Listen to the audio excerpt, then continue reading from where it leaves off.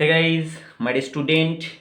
Today we'll be discuss about the very important topic of botany, that is called respiration in plant. New chapter for you, right? And you consider that is a rough diagram of a typical plant, right? Just consider that is actually a typical diagram of a plant, and consider that is the soil surface, and beneath, under the soil surface, there is presence of root system of plant. That is the root system under the soil, and above the soil surface, that is called shoot system, right? तो इसके साथ साथ और एक diagram यहाँ पर बना देते कि रेस्पिरेशन समझाने के लिए आपको सिंपल सा मीन समझना है बेटा यहाँ पर, कि actually what is the inner meaning of respiration. तो आप ये डायग्राम देख के तो समझ चुके होंगे कि ये किसका डायग्राम, ये ह्यूमन का डायग्राम, राइट? तो क्या करते, ह्यूमन जनरली क्या करते बताइए, एनवायरमेंट से नोज के थ्रू फ्रेश ऑक्सीजन क्या करते, इनटेक करते हैं, और बदले में एनवायरमेंट पे क्या रिलीज कर देते बताइए, एनवायरमेंट में रिलीज कर देते कार्बन डाइऑक्साइड। तो इस घटना को क्या बोलते, रेस्पिरेशन। क्या बोलते बताइए, रेस्पिरेशन। तो ये तो सिंपल मीन है रेस्पिरेशन का। तो अब क्वेश्चन ये आ रहा है कि do the plant breathe like us, क्या प्लांट हमारे जैसा ब्रीद करता है? क्या प्लांट ऑक्सीजन को इनटेक करता है और कार्बन डाइऑक्साइड को रिमूव करता है? ये देखिए, आपके मन में जनरल सा लॉजिक ये लगा हुआ है कि plant is generally release oxygen and it intake carbon dioxide from the environment. ये जनरल सा आइडिया आपको मतलब पता है। तो मैंने जो सवाल आपको किया कि do plant breathe like us, do plant respirate, तो आपका आंसर जो है वो है yes, yes, yes, plant breathe like us. जैसे कि प्लांट भी क्या करते हैं बताइए, जब प्लांट खुद रेस्पिरेशन करते हैं तो ये एनवायरमेंट से ऑक्सीजन इनटेक करता है और कार्बन डाइऑक्साइड ये एनवायरमेंट पे रिलीज भी करता है, ठीक है? जब ये ब्रीथ करते, जब ये रेस्पिरेशन करते, तो इसी को बोलेंगे रेस्पिरेशन ऑफ प्लांट। पर मॉलिक्यूलर मैकेनिज्म आपको मैं आगे समझाने वाला हूं। जस्ट बेसिक आइडिया, एकदम बेसिक आइडिया क्लियर कर लो। देखो बेटा, ये जो जनरल आइडिया है ये भी झूठ नहीं है, ये भी झूठ नहीं है, ठीक है? Actually plant release oxygen to the environment and the environment is enriched with oxygen by accepting oxygen from plant। यही जनरल सा लॉजिक है। पर ये जो ऑक्सीजन प्लांट रिलीज कर रहा है एनवायरमेंट में, कौन सा समय में कर रहा है? It is during photosynthesis.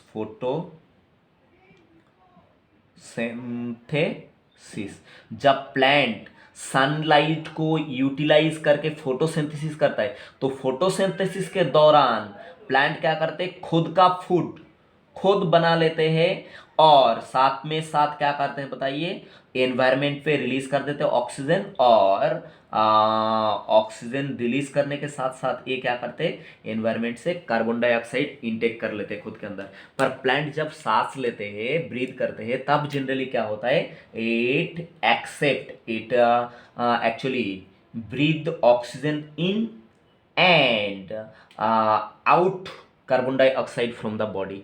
But ये बात आप पूछेंगे कि सर हमारे पास तो नाक है, नोज है, ठीक है, नोज है, NOAC, नोज है, और आगे जाके हमारे पास ये ऑक्सीजन आगे चैनलाइज होगा किसके अंदर बताइए, ये चैनलाइज हो जाएगा आपका ये लंग के अंदर। लंग है main breathing and respiratory organ. तो क्या प्लांट के पास ऐसा नोज है, क्या प्लांट के पास ऐसा लंग है? तो उसका आंसर है नो, ठीक है? ये ऐसा नोज जैसा नहीं है, लंग जैसा नहीं है, but plant have specific respiratory organ. Actually plant have, यहाँ पर तो मैंने बताया कि no plant have no nose like us, no lung like us, but plant have their respiratory special respiratory organ, that is actually molecular respiratory organ or microscopic respiratory organ that is present in plant. तो ये plant के पास कौन सा respiratory organ है जो plant इसके सहारे में ऑक्सीजन अंदर ले रहा है और कार्बन डाइऑक्साइड को बाहर छोड़ रहा है, बताइए बेटा। तो प्लांट के पास एक्चुअली क्या है, स्टोमाटा। क्या है बेटा, स्टोमाटा। ठीक है, याद रखना स्टोमाटा के अलावा और क्या है, लेंटिसेल, लेंटिसेल। ठीक है, लेंटिसेल के साथ साथ और क्या है यहां पर, एपीब्लेमा। क्या है बताइए, एपीब्लेमा। ठीक है बेटा, तो प्लांट को कभी भी अंडरस्टिमेट नहीं करना है आपको। हमारे पास ब्रीथ करने के लिए, रेस्पिरेशन करने के लिए क्या है, नोज है, लंग है, पर प्लांट के पास क्या है, प्लांट के पास स्टोमाटा है, लेंटिसेल है और साथ ही साथ क्या है बताइए, एपीब्लेमा भी है। अब बताएंगे, पूछेंगे कि सर लेंटिसेल कहाँ पर, स्टोमाटा लेंटिसेल कहाँ पर मौजूद रहता है। जैसे कि मान लो यहाँ से मैं एक पत्ता ड्रॉ कर रहा हूँ, लीफ ड्रॉ कर रहा हूँ, राइट। मैं आगे ये थोड़ा सा बेसिक समझा के आपको इनर कोर मीनिंग बताने वाला हूं कि what is the actual core meaning of respiration, right. मानो कि ये एक प्लांट का लीफ मैंने यहाँ पर जूम कर दिया, राइट। ये एक प्लांट का जनरलाइज लीफ है, ठीक है। तो क्या होता है, ये लीफ के ऊपर छोटा छोटा क्या होता है बताइए, माइक्रोस्कोपिक ओपनिंग पाए जाते हैं। ठीक है, माइक्रोस्कोपिक ओपनिंग। आप खाली आंख से इसको नहीं देख सकते, नेकेड आई से इसको कभी नहीं देख सकते। ठीक है, तो इसीलिए मैंने बोला कि plant have actually microscopic nose and microscopic lung like us, right.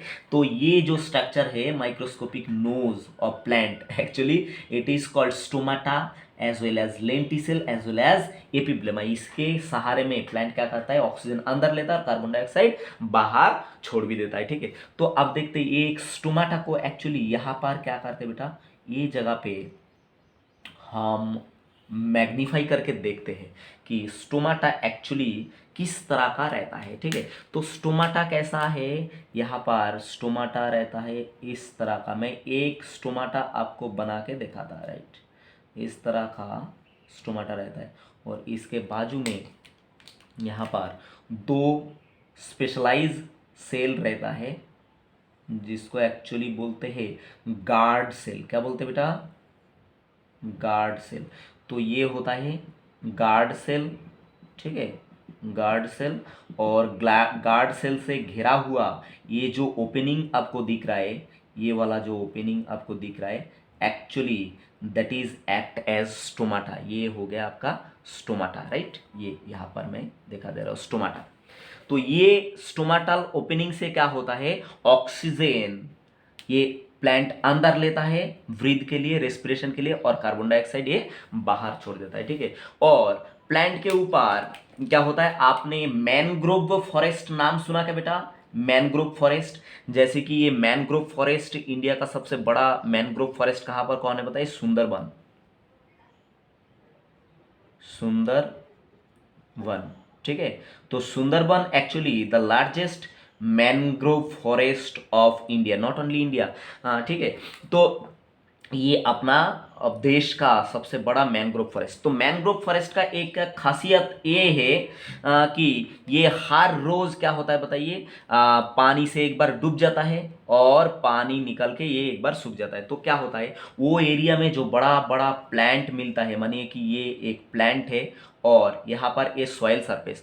तो ये प्लांट, इसका रूट तो चारों दिशा में बड़ा बड़ा रूट जो है ये फैला तो देता ही है। इसके अलावा ये प्लांट क्या करता है, इसका जो रूट, एक्चुअली ये रूट क्या होता है, मिट्टी के ऊपर इस तरह से लंबा लंबा होके मिट्टी के ऊपर आ जाता है। ठीक, ये ऐसा मिट्टी के ऊपर आ जाता है, इस तरह से मिट्टी के ऊपर आ जाता है। जनरली रूट का नेचर कैसा है बेटा, generally root is Jio positive.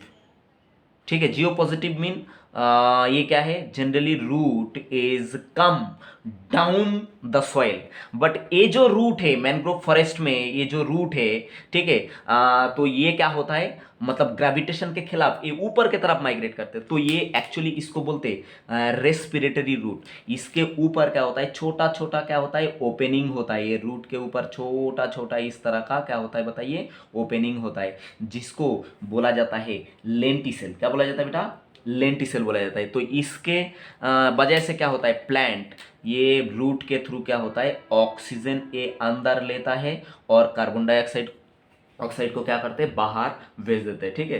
तो इसलिए इसका नाम क्या है, एक्चुअली ये जो रूट है इसका नाम न्यू मेटाफोर, ये जो रूट है ना इसका एक्चुअल नाम है new metaphor, PNEU, new Meta four, ठीक है। ये आपका एमसीक्यू में काफ़ी बार काफ़ी हद तक पूछा जाता है कि new metaphor, actually new metaphor is a respiratory root that is found in mangrove forest, and the mangrove forest, largest mangrove forest of India is Sundarbans, right, जो पश्चिम बंगाल में मिलता है। अब ये हो गया लेंटिसल। और एपिब्लेमा क्या है, ये प्लांट का बॉडी के सरफेस के ऊपर मिलता है, जो भी क्या करता है, ये रेस्पिरेशन का काम करता है। तो बेटा ये है आपका जनरलाइज आइडिया। अब देखेंगे what is the actual meaning of respiration. Respiration actually क्या है, मॉलिक्यूलर लेवल तक हम क्या करेंगे, माइग्रेट करके जाएंगे, राइट।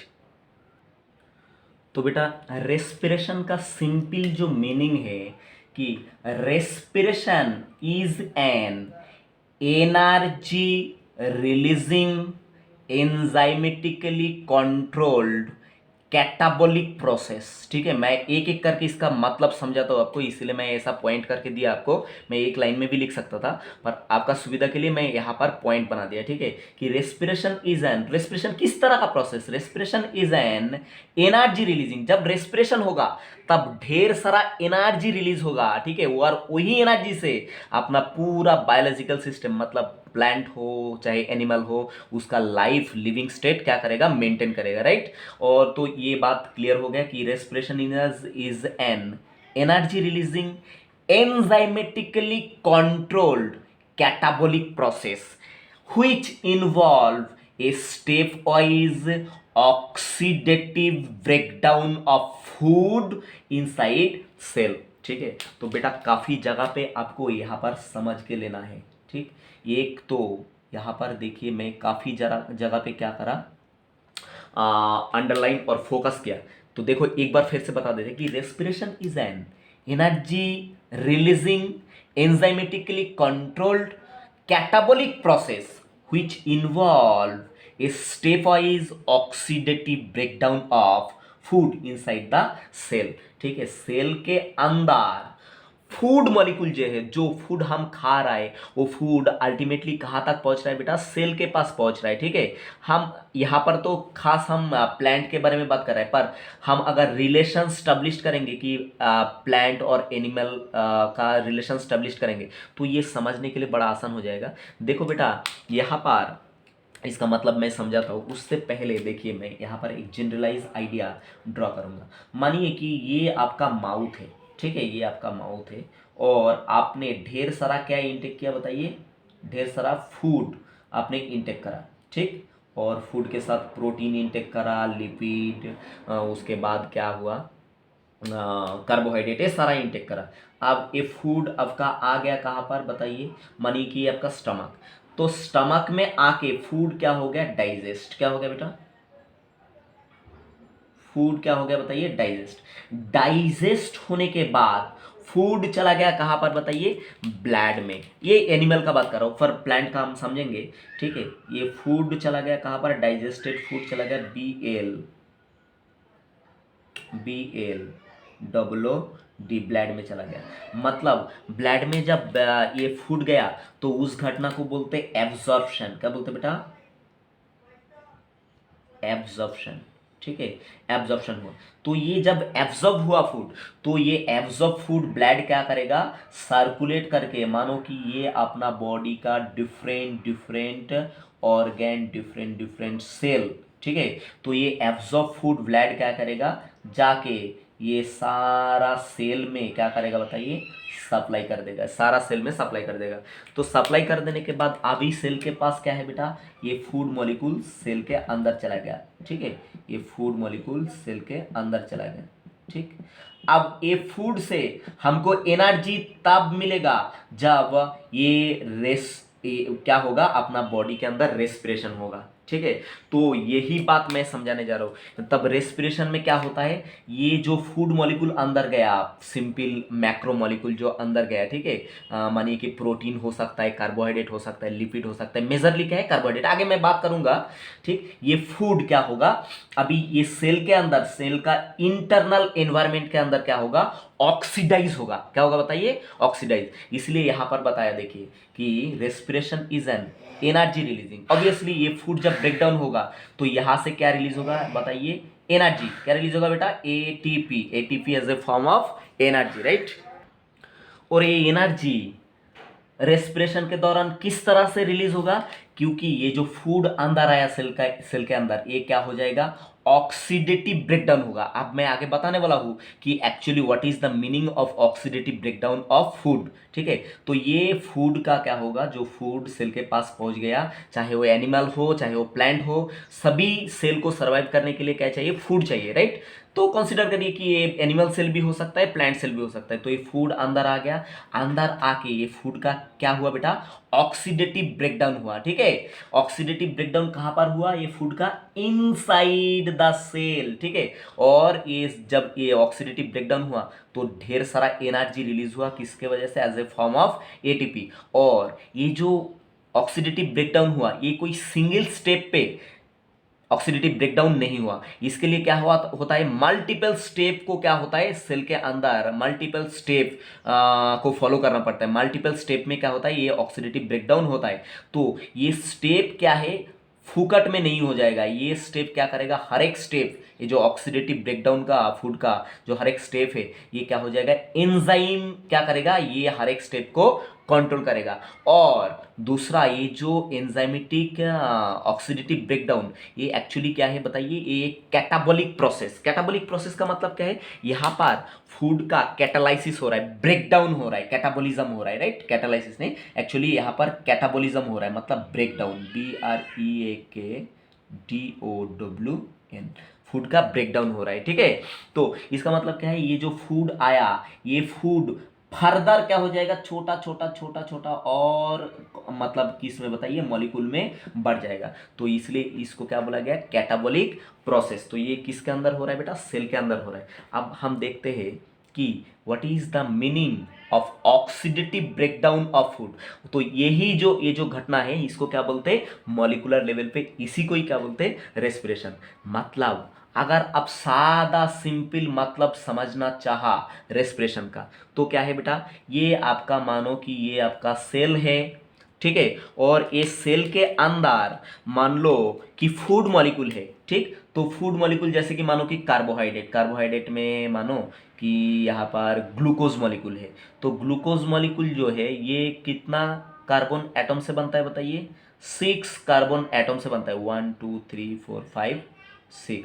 मानो कि ये एक ग्लूकोज मॉलिक्यूल जो कितना कार्बन एटम से बना बेटा, 6 कार्बन एटम से बना। अब देखिए ये हर जो यहाँ पर जो डॉट डॉट देखा है, यहाँ पर क्या है, कार्बन, ठीक है।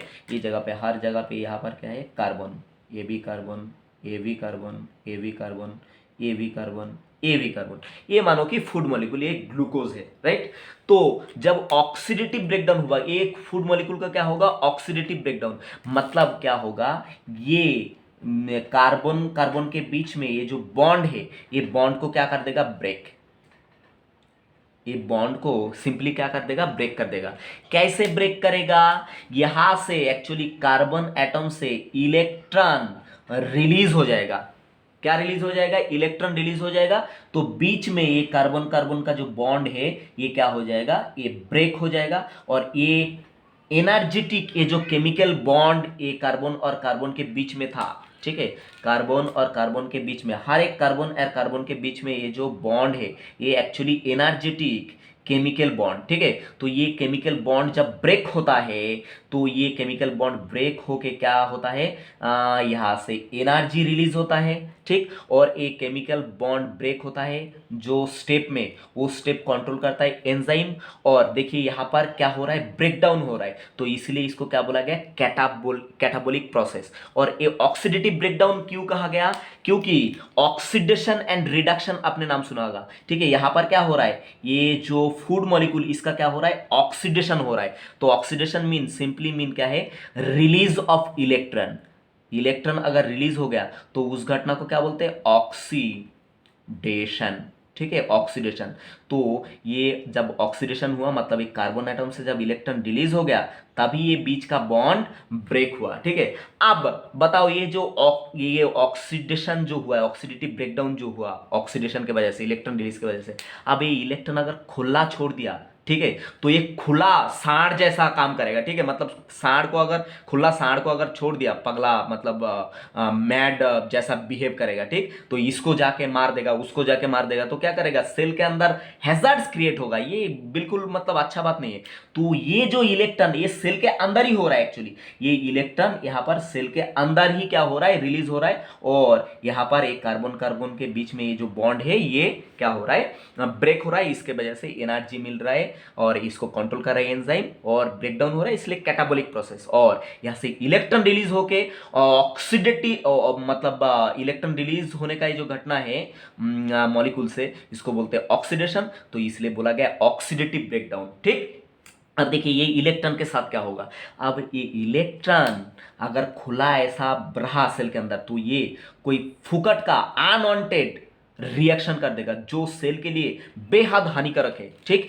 तो अभी ये इलेक्ट्रॉन को क्या है, कूल डाउन करना जरूरी है। तो इलेक्ट्रॉन को कौन एक्सेप्ट करेगा बताइए, इलेक्ट्रॉन को एक्सेप्ट करेगा ऑक्सीजन। कौन बताइए, ऑक्सीजन, ठीक है। ये सेल के अंदर ऑक्सीजन है, ठीक है, जिसके वजह से प्लांट ब्रीथ करता है, ऑक्सीजन लेता है। और एनिमल, खाली प्लांट नहीं, एनिमल भी ब्रीथ करता है, ऑक्सीजन लेता है। तो ये ऑक्सीजन एक्चुअली मॉलिक्यूलर लेवल पे ये जगह पे आके काम करता है। ये जो ऑक्सीडेटिव ब्रेकडाउन हुआ फूड का, ऑक्सीडेटिव ब्रेकडाउन होके क्या रिलीज हुआ बेटा, यहाँ पर इलेक्ट्रॉन रिलीज हुआ। अब ये इलेक्ट्रॉन खुला नहीं छोड़ना चाहिए, तो ये इलेक्ट्रॉन को क्या कर लेता है, ये मतलब एक्सेप्ट कर लेता है। कौन बताइए, इलेक्ट्रॉन को एक्सेप्ट कर लेता है आपका ऑक्सीजन, ठीक है। तो इस वजह से क्या होता है, अपना सेल के अंदर पूरा पूरा ये जो मतलब वेल ऑर्गेनाइज जो रिएक्शन फैशन और जो लिविंग स्टेट ये मेंटेन होता है। और इसके वजह से, ऑक्सीजन के वजह से इस तरह से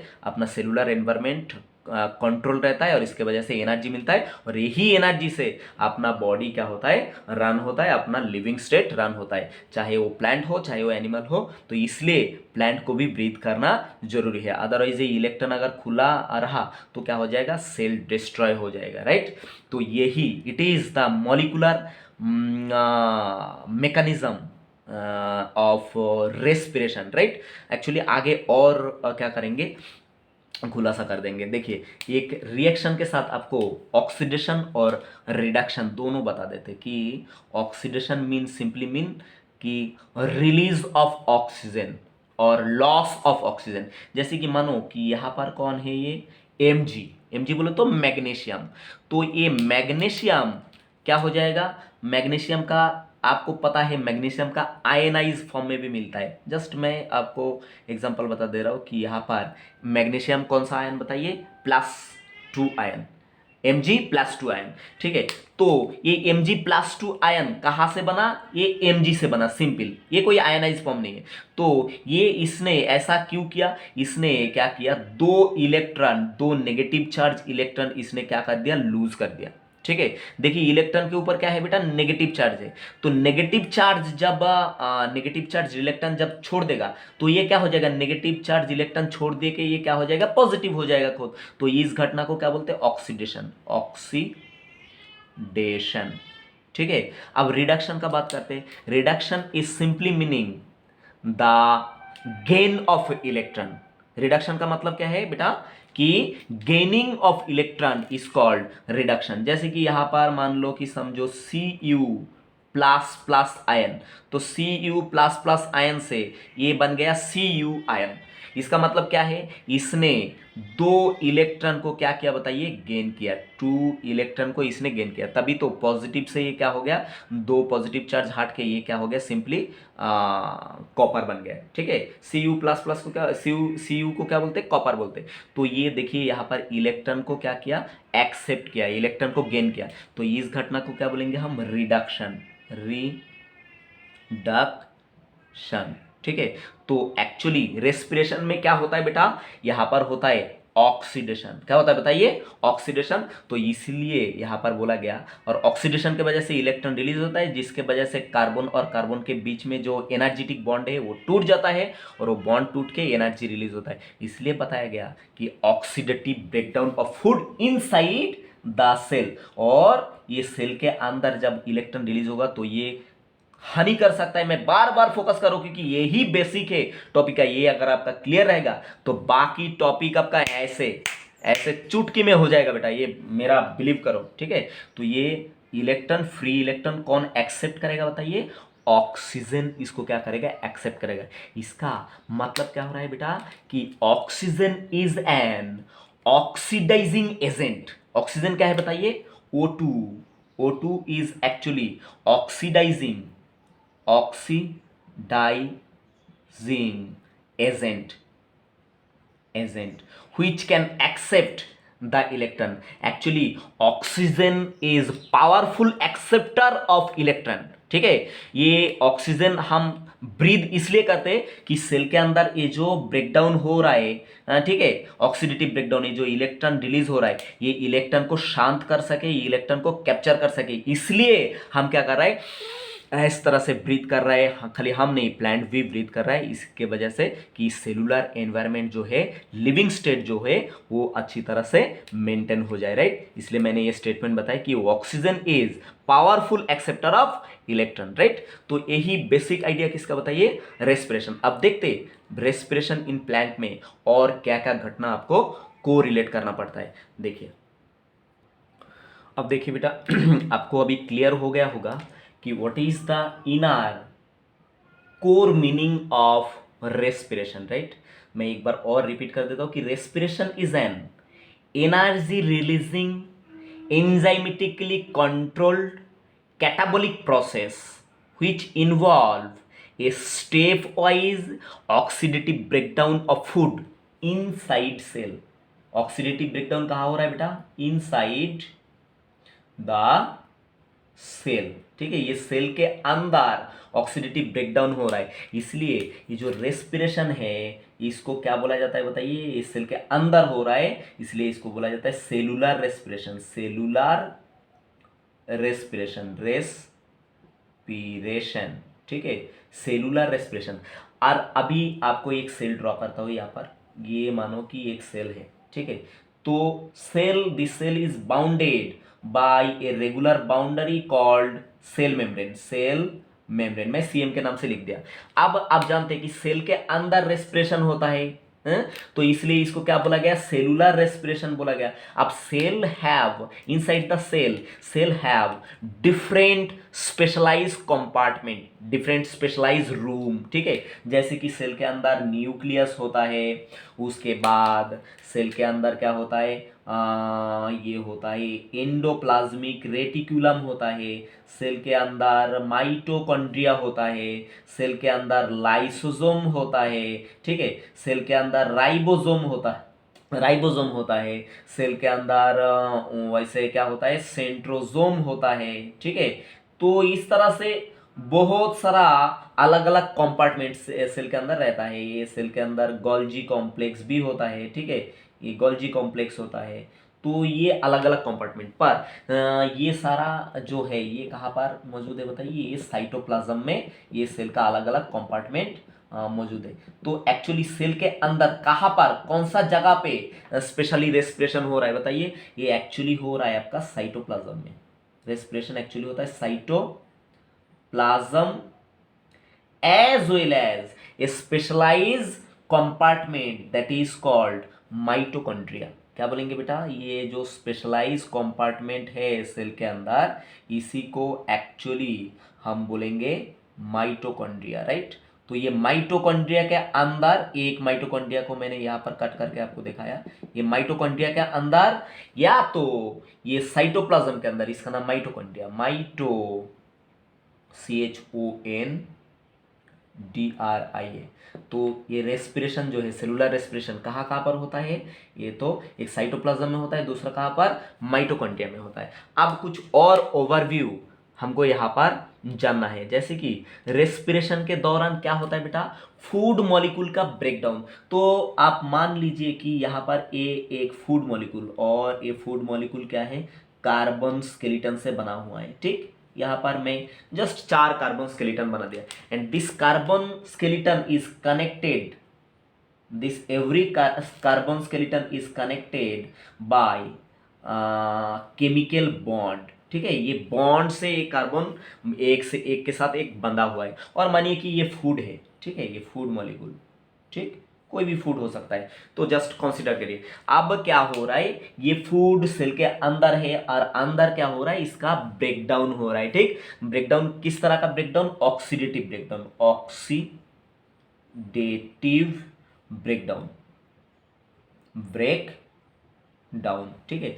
तो ये कार्बन से क्या रिलीज हो जाएगा बताइए, इलेक्ट्रॉन रिलीज हो जाएगा, और ये इलेक्ट्रॉन जब रिलीज हो जाएगा तो क्या हो जाएगा, ये जो एनर्जेटिक बॉन्ड, जिसके ये कार्बन और कार्बन के बीच में जो ये जो केमिकल बॉन्ड है, और एक केमिकल बॉन्ड के अंदर क्या है, एनर्जी कूट कूट के भरा हुआ है, तो ये बॉन्ड जब टूटा ना, तो यहां से क्या रिलीज हुआ बताइए, एक तो नंबर 1 यहां से रिलीज हुआ एनर्जी, क्या रिलीज हुआ बेटा, ENERGY, एनर्जी रिलीज हुआ। दूसरा और एक क्या हुआ, या और सबसे पहले एनर्जी रिलीज होने के पहले क्या हुआ बताइए, यहां पर हो गया ये आपका ब्रेकडाउन ऑफ बॉन्ड, क्या हुआ बताइए, breakdown, breaking, BREAKING, breaking of bond, chemical bond, actually breaking of chemical bond, मैं एक ब्रेकिंग ऑफ बॉन्ड लिख दिया। और ब्रेकिंग ऑफ बॉन्ड के वजह से क्या हुआ, ऑक्सीडेटिव ब्रेकडाउन की वजह से एनर्जी रिलीज हुआ, क्योंकि ये बॉन्ड के अंदर, ये सब बॉन्ड के अंदर क्या है, एनर्जी, केमिकल एनर्जी कूट कूट के भरा है, तो ये बॉन्ड जब टूटेगा तो ये एनर्जी रिलीज हो जाएगा। और एक बात होता है, ये क्या होता है, ये जब बॉन्ड टूट के एनर्जी रिलीज हुआ, और एनर्जी के वजह से क्या होगा, बहुत सारा काम होगा, आगे हम देखेंगे। और एक काम होता है कि ये ऑक्सीडेटिव ब्रेकडाउन की वजह से क्या होगा, ढेर सारा इंटरमीडिएट प्रोडक्ट बनेगा, production of intermediate product, intermediate product बनेगा, ठीक है। अब देखते हैं ये ब्रेकडाउन और ये जो इलेक्ट्रॉन रिलीज हुआ, ये इलेक्ट्रॉन क्या होगा, ये इस इलेक्ट्रॉन रिलीज हुआ, और इसी के वजह से क्या हुआ बताइए, इसको बोला गया ऑक्सीडेटिव ब्रेकडाउन। तो मानिए कि ये ऑक्सीजन है, तो ये इलेक्ट्रॉन जाके अनवांटेड रिएक्शन कर दे सकता है, इसलिए इलेक्ट्रॉन क्या होता है, एक्सेप्ट कर लेता है, कौन बताइए, इलेक्ट्रॉन को एक्सेप्ट कर लेता है यहाँ पर ये ऑक्सीजन, ठीक है। तो इसलिए इसको बोला गया ऑक्सीडेटिव ब्रेकडाउन। अब देखिए ये जो एनर्जी रेस्पिरेशन के दौरान यहाँ पर रिलीज हुआ, ठीक, ये ऑक्सीडेटिव ब्रेकडाउन को ही तो क्या बोलते हैं, रेस्पिरेशन बोलते हैं। तो ये एनर्जी के वजह से क्या क्या काम होगा, देखो यहाँ पर, this energy is use for synthesis of energy, ये जो एनर्जी रिलीज हुआ ये ही फर्दर यूज होगा किसके लिए बताइए, ये this energy is release actually for synthesis of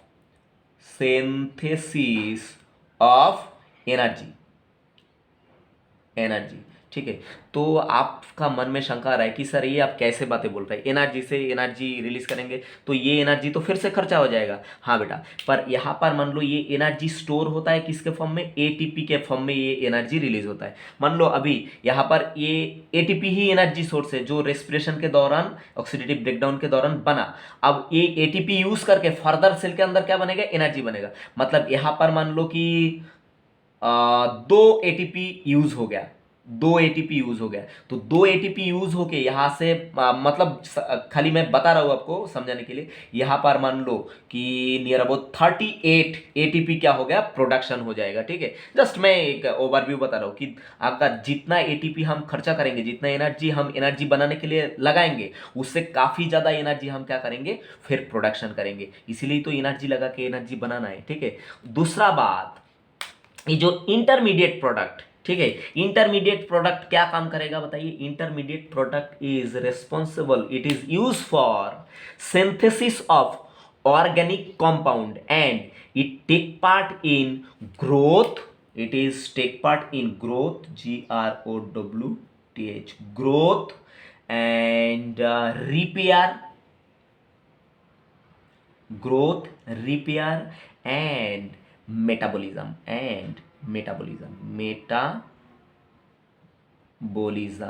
ठीक, तो ये जो इंटरमीडिएट प्रोडक्ट बना रेस्पिरेशन के दौरान, ये क्या करेगा, it is use for synthesis of organic compound. कुछ और ऑर्गेनिक कंपाउंड क्या करेगा, ये इंटरमीडिएट प्रोडक्ट बनाएगा, और वो ही सारा ऑर्गेनिक कंपाउंड क्या करेगा, अपना बॉडी का मतलब प्लांट का बॉडी का ग्रोथ के लिए रिस्पॉन्सिबल रहेगा। प्लांट में अगर कोई मतलब डिजीज हो गया या कोई मतलब मान लो कि किसी ने मारा प्लांट को, उसका छिलका निकाल लिया या कोई मतलब उसका जो स्टेम है उसको तोड़ दिया, तो वो क्या करेगा, उसको रिपेयर करेगा और उसका बॉडी का metabolism as well as animal का मेटाबॉलिज्म क्या करेगा, कंट्रोल करेगा। अब देखिए ये जो एनर्जी खाली एक काम में नहीं यूज होता बेटा। Energy, this energy, respiratory energy have multiple function, actually multiple function, right. तो उसमें से एक फंक्शन क्या बताया मैंने कि एनर्जी से लेस एनर्जी लगा के ज्यादा एनर्जी क्या क्या करना है बताइए, प्रोडक्शन करना है। दूसरा और भी बात है, ये एनर्जी एक्चुअली, ये जो एनर्जी तैयार हुआ इसका 50%, अबव 50% एनर्जी किस काम के लिए लगाएगा सेल बताइए। एक तो है सिंथेसिस ऑफ बायोमोलिक्यूल, ये किस काम में लगाए बेटा, above 50% respiratory energy is use for synthesis of biomolecule and absorption of mineral.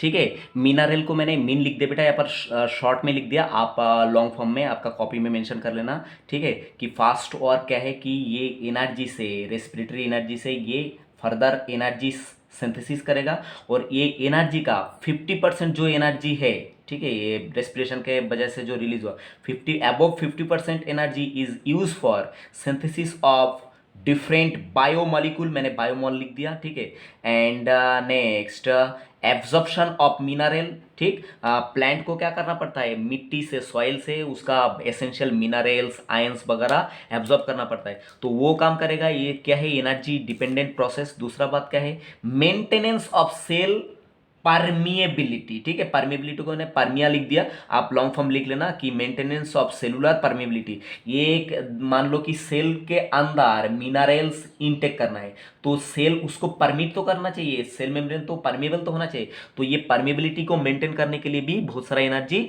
क्या होता है, खर्चा होता है। उसके बाद uptake of mineral from other cell, मान लो कि ये सेल में क्या है, मिनरल का लोड, फूड का लोड ज्यादा है, तो ये सेल से कुछ दूसरा सेल में शेयर भी कर सकते हैं, तो ये क्या है, एक सेल से दूसरा सेल में जाने के लिए भी एनर्जी खर्चा होता है। उसके बाद क्या होता है, सेल का एक ऑस्मोटिक बैलेंस होता है, तो ये ऑस्मोटिक बैलेंस और ऑस्मोटिक वर्क के लिए एनर्जी क्या होता है, खर्चा होता है, बर्न होता है। उसके बाद ग्रोथ के लिए क्या होता है, एनर्जी खर्चा होता है। उसके बाद development, growth development, cell division, उसके बाद ट्रांसपोर्ट। ठीक है, एक जगह से सेलुलर मतलब जो मिनरल, उसके बाद फूड, ये सब एक जगह से दूसरा सेल में ट्रांसपोर्ट करना होता है, तो ट्रांसपोर्टेशन। उसके बाद सेल डिवीजन, ठीक है। उसके बाद मूवमेंट, राइट, मूवमेंट, जैसे कि प्लांट तो मूवमेंट नहीं कर सकता, ठीक है, फिर भी अदर्स एनिमल का भी समझ लेना है, ठीक, मूवमेंट के लिए। उसके बाद रिप्रोडक्शन के लिए, ठीक, रिप्रोडक्शन के लिए बहुत ज़्यादा एनर्जी खर्चा होता है। Even this energy is use for breathing और रेस्पिरेशन, ये जो रेस्पिरेशन करेगा, ये ऑक्सीजन अंदर लेगा, कार्बन डाइऑक्साइड छोड़ेगा, इसी के लिए भी क्या है, ये एनर्जी रिक्वायरिंग प्रोसेस, एनर्जी से ही हम अंदर ब्रीथ करके ले सकते हैं। ठीक है, यही है क्या है, ये एनर्जी का यूज। ठीक है बेटा, तो ये आप याद रखना। और एक बात बोला कि मैंने कि plant is immovable, plant can not move from one place to another place, right. पर प्लांट के अंदर एक तरह का स्पेशलाइज एल्गी है जो क्या कर सकता है, मूव कर सकता है, जिसका नाम क्लामाइडोमोनास। क्या नाम है बेटा, chlamydomonas, right. Chlamydomonas plant can move from one place to another place, right. तो ये बात आपको क्या करना है बेटा, याद रखना है। तो ये एनर्जी कितना एनर्जी गया रेस्पिरेटरी एनर्जी में से, अबव 50% एनर्जी इसी काम के लिए यूज हुआ, और बाकी less than 50% energy is actually release as a form of heat. ठीक है, ये हीट के थ्रू क्या हो जाता है, ये हीट के थ्रू बाकी एनर्जी क्या हो जाता है, बॉडी से लॉस हो जाता है। ठीक है, तो ये बात है। और जो बचा कुचा एनर्जी वो किसके फॉर्म में बताइए, एटीपी के अंदर क्या हो जाएगा, स्टोर हो जाएगा। ठीक, और ये जो लेस देन 50% एनर्जी हीट के फॉर्म में रिलीज लिबरेट हुआ, इसका भी थोड़ा बहुत फंक्शन है। ये जो हीट के फॉर्म में रिलीज हो रहा है, ये क्या करता है, this release energy which is release as a form of heat, it keeps our body warm. अपना बॉडी को गर्म रखने के लिए, प्लांट हो एनिमल हो, इसको गर्म रखने के लिए ये जो लॉस हो रहा है हीट के फॉर्म में, ये मतलब एनर्जी का जरूरत है। राइट, अब ये चैप्टर में और भी कुछ क्वेश्चन हमको क्या करना पड़ेगा, ये जगह पे कवर करना पड़ेगा। Right,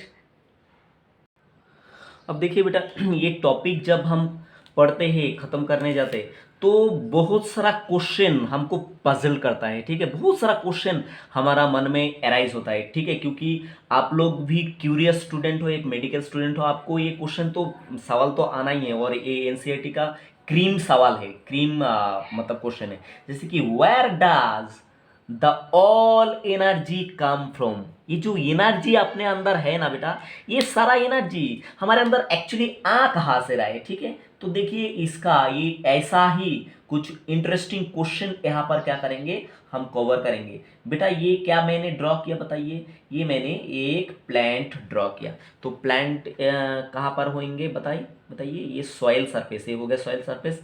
below the soil surface that is the root system, and above the soil surface that is the shoot system. अब देखिए ये जो प्लांट है, इसका मानिए कि यहाँ पर मैंने तो पत्ता नहीं बनाया, जस्ट सादा डायग्राम बनाया। तो ये क्या है, मानिए कि एक लीफ यहाँ पर मैंने ड्रॉ किया।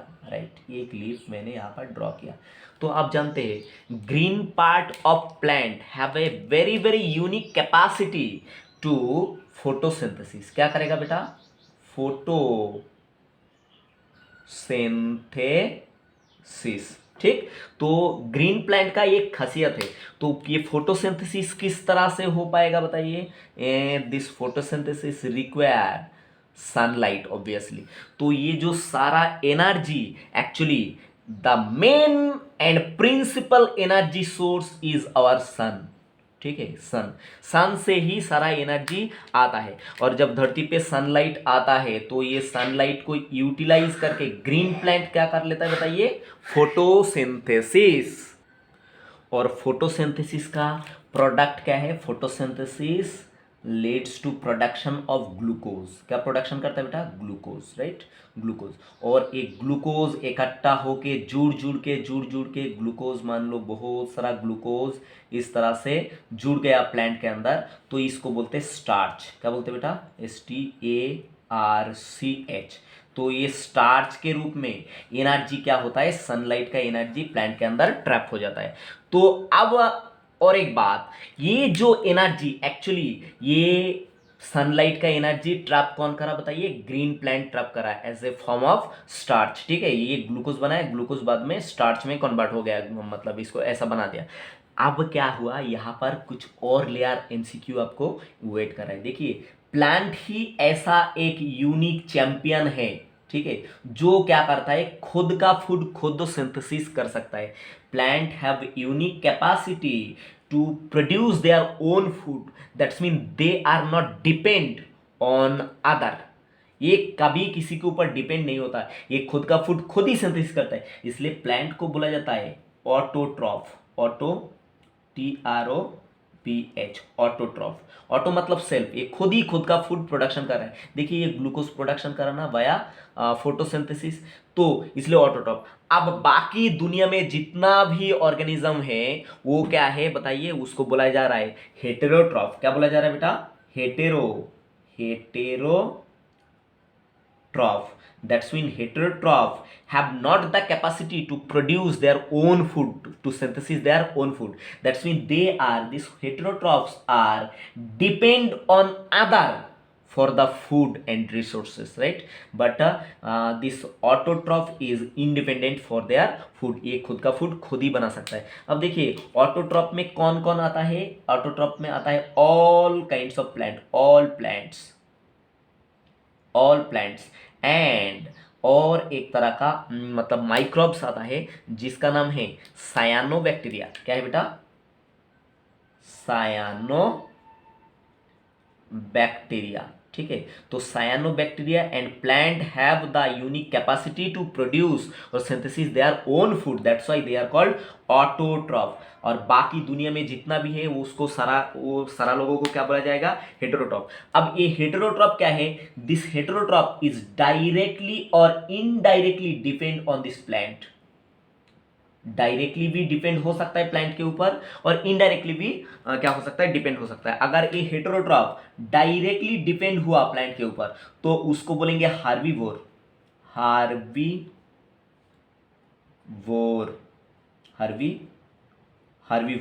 ठीक है, मतलब ये हार्ब को खाता है. Directly depend on plant they for food, they are called herbivore. और अगर इनडायरेक्टली ये डिपेंड है प्लांट के ऊपर तो उसको बोलेंगे कार्निवोर. कार्निवियोरी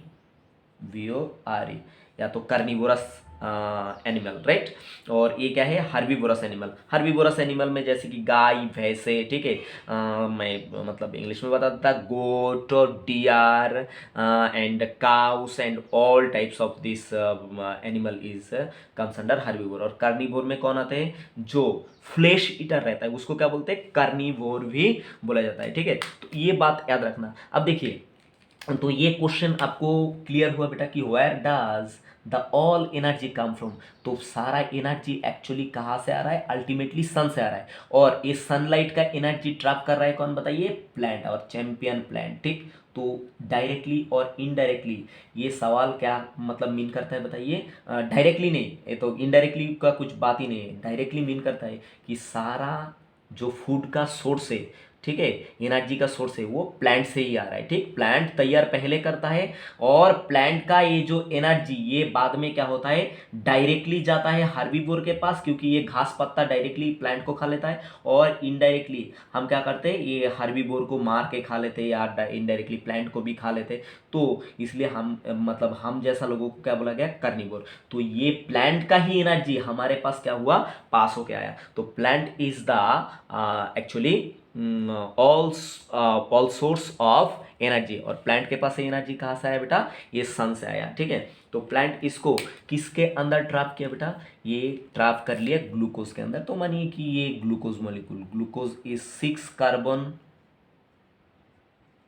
एटम. ठीक, 1 2 3 4 5 6, मान लो कि ये एक ग्लूकोज मॉलिक्यूल जो प्लांट ने बनाया. ठीक, तो अब क्या होता है कि और एक सवाल आता है मन में कि ये जो फूड इनटेक किया हमने ये किस तरह से यूटिलाइज होता है. तो ये फूड आपको ऑलरेडी क्लियर कर दिया. ये फूड चला जाता है सेल के पास. ठीक है, डाइजेस्ट ऑब्वियसली उससे पहले डाइजेस्ट होगा. डाइजेस्ट होने के बाद एब्जॉर्ब होगा. एब्जॉर्ब होने के बाद सर्कुलेट होगा cell to cell, tissue to tissue. ये फूड को डिस्ट्रीब्यूट किया जाएगा. तो सेल के अंदर जाके सेलुलर इनर एनवायरनमेंट में, साइटोप्लाज्म में या तो माइटोकॉन्ड्रिया के अंदर क्या होगा? ये जो कार्बन कार्बन के बीच में ये जो एनर्जेटिक केमिकल बॉन्ड, ये जो एक्चुअली सनलाइट का जो एनर्जी है ना, तो ये कार्बन के बीच में ये सनलाइट का energy mean solar energy is convert into chemical energy. किसमें कन्वर्ट कर दिया? Chemical energy. तो केमिकल एनर्जी के फॉर्म में कार्बन बॉन्ड के बीच में यहाँ पर एनर्जी भरा हुआ रहता है, जो क्या होता है? ऑक्सीडेशन के वजह से, इलेक्ट्रॉन निकल जाने की वजह से बॉन्ड टूटता है, तो यहाँ से बनता है एनर्जी. ठीक है, और यही एनर्जी से क्या होता है? अपना सिस्टम चलता है. ठीक, तो ये एनर्जी कहाँ पर यूटिलाइज हो रहा है? ऑब्वियसली ये सेल के अंदर यूटिलाइज हो रहा है. ये फूड मतलब यूटिलाइज होके, रेस्पिरेशन होके तो बनता है एनर्जी. अब देखिए, ये सवाल ये आता है कि all food gives same amount of energy और different amount of energy. देखिए यहाँ पर जो जनरल टाइप का फूड है, जैसे कि मैं बताना चाहूँगा है कि सबसे जो मेन एबंडेंट फूड है, प्रिंसिपल फूड है, वो क्या है हमारे लिए? कार्बोहाइड्रेट. ठीक, कार्बोहाइड्रेट. तो उसके बाद नेक्स्ट और एक फूड है जिसका नाम प्रोटीन. ठीक है, प्रोटीन्स। उसके बाद और एक फूड के बारे में बताना चाहेंगे जिसका नाम लिपिड्स, लिपिड्स PIDS लिपिड्स। और क्या है, कुछ organic acid, organic organic acids, ठीक है। तो क्या ये सारा फूड जब रेस्पिरेशन होता है, सारा फूड का मॉलिक्यूलर ब्रेकडाउन होता है, मीन ऑक्सीडेटिव ब्रेकडाउन होता है, तो क्या ये सारा फूड से सेम अमाउंट पे एनर्जी रिलीज होता है? क्या आपका मानना क्या है? बिल्कुल ही नहीं, same amount of energy release नहीं होता। सबसे ज़्यादा एनर्जी रिलीज होता है कहाँ से बताइए? जब लिपिड ब्रेकडाउन होता है। उसके बाद नेक्स्ट कहाँ से ज़्यादा एनर्जी रिलीज होता है बताइए? ये प्रोटीन से। और उसके बाद सबसे लीस्ट एनर्जी रिलीज होता है कहाँ से बताइए? कार्बोहाइड्रेट से। पर सबसे ज़्यादा मात्रा में हम कौन सा फूड इंटेक करते बताइए? हम ह्यूमन बींग ये कार्बोहाइड्रेट ही क्या करते बताइए? इंटेक करते हैं, ठीक है। उसके बाद प्रोटीन, और सबसे लीस्ट अमाउंट पे क्या है? लिपिड। और स्मॉल अमाउंट पे क्या लेते हैं? ऑर्गेनिक एसिड्स भी लेते हैं, ठीक है। तो ये तो हम ह्यूमन के बारे में बताने चला, पर एक्चुअली ये सिस्टम किसके बारे में बताइए? प्लांट के बारे में। जो प्लांट कभी भी किसी के ऊपर डिपेंड नहीं रहता, ये खुद ही खुद का फूड बनाता है। तो इसलिए क्या बोला गया कि the all energy source that is come from directly sun, and बाद में ये सन का एनर्जी, जो सोलर एनर्जी, ये कन्वर्ट किया गया किसमें? केमिकल एनर्जी में, inside the bond between carbon carbon, right. तो यही एनर्जी ऑक्सीडेशन की वजह से रिलीज होता है। अब और एक सवाल आपको मतलब क्रैक करा देता हूँ कि डू प्लांट ईट? क्या प्लांट खाना खाता है बेटा?